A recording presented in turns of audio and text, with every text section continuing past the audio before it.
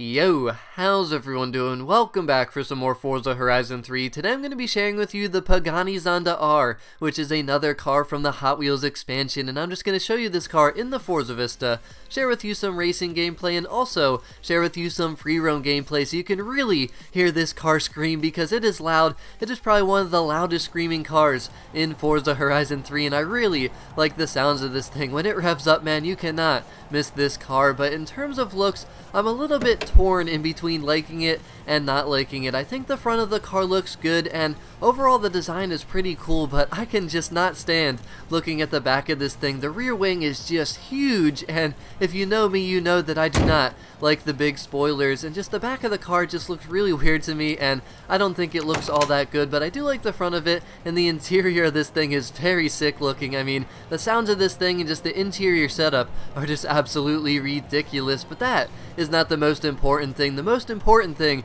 is the performance of this car, and this is an extreme track toy. It's rear-wheel drive, and it's very close to the top of the S2 class bone stock. It makes about 700 horsepower, 500 torque, and man, this car is super light, so that made me think right away, like, how is the grip on this car being rear-wheel drive, only weighing 2,500 pounds and making all of that power? But it was very surprising to me when I found out that the grip isn't all too bad, and when it comes to the launch, it's a little bit weird just because when you launch the car, first gear goes all the way to about 75 miles per hour, so first gear is super long, and that makes it a little bit tricky to get out of first gear just because you're obviously getting a lot of wheel spin during that entire first 75 miles per hour, so you really have to tap the gas.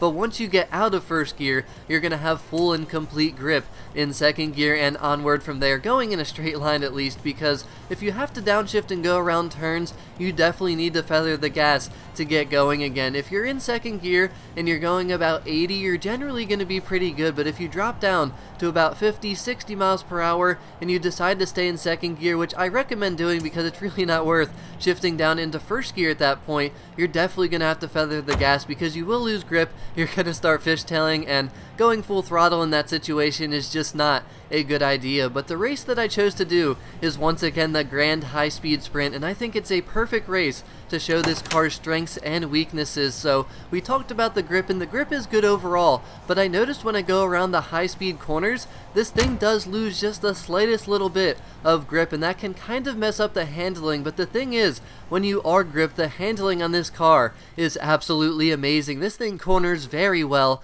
and that's something that I really like to see. But the braking is also amazing on this car, so the handling characteristics are very good. Besides the grip, at times, if you don't launch the car carefully, and also if you're not careful going around really sharp turns at lower gears, especially in second, usually once you're in third, you're going to be good to go. But the acceleration on this car is very good. The car accelerates very fast, but the other weakness is the top speed. This thing has a 6-speed transmission and the gearing feels really good, but the problem is the car tops out at just over 200 miles per hour. Keep in mind, this is an S2 car, but right there, you saw that little bit of lack of grip going around that turn, and I'm so used to just ripping right through that and not losing grip with some of the all-wheel drive cars like the Centenario and the Porsche 918, but right there, I almost hit that wall just because I lost a little bit of grip trying to go full throttle around that corner. But you can see the handling ability of this car, and there are some wider tires that you can put on this thing, so there's not too many upgrades you can do, but you can put wider tires. And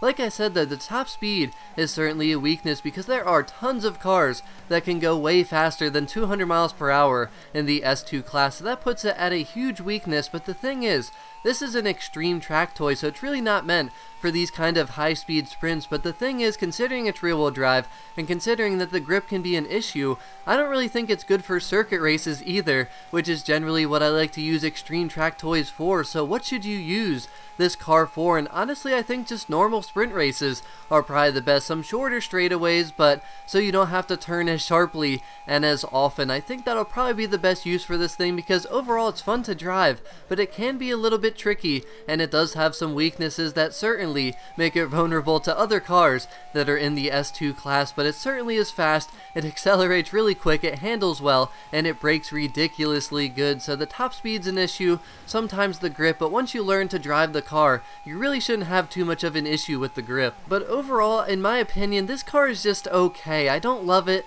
and I don't hate it. The performance is pretty good, it accelerates fast, it handles very good overall, and it definitely sounds nice, but I didn't enjoy driving it as much as I enjoy driving other cars. Maybe it's because I don't like the way the back end of it looks, or just the performance definitely has some weaknesses, but overall it's okay. I would love to hear what everyone else thinks about the Zonda R, but as always, thank you very much for watching. Have a wonderful rest of your day, and I'll talk to y'all again very soon. Peace out.